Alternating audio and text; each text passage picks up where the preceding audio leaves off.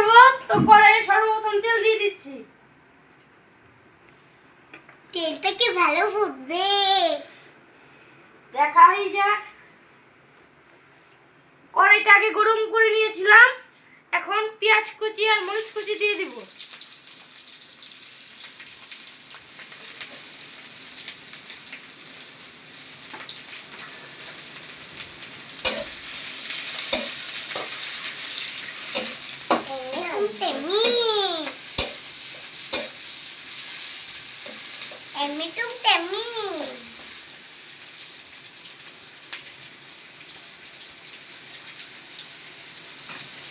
এখন কিছু আস্ত মশলা এখানে দিয়ে দিব।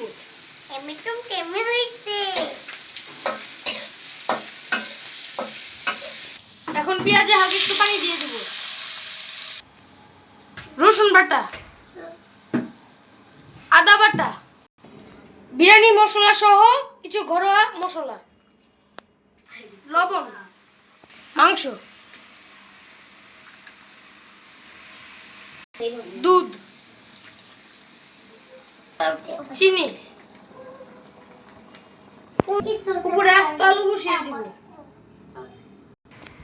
পেঁয়াজ, চাউল,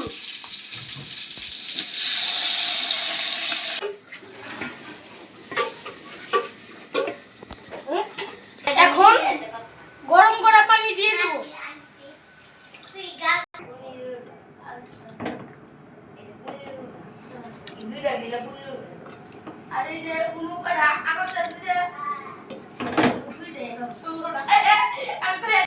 চাউলের মধ্যে মাংস দিয়ে দিয়েছি, চাউল প্রায় 70% হয়ে এসেছে। এখন আমরা এটা এভাবে ঢেকে দিব।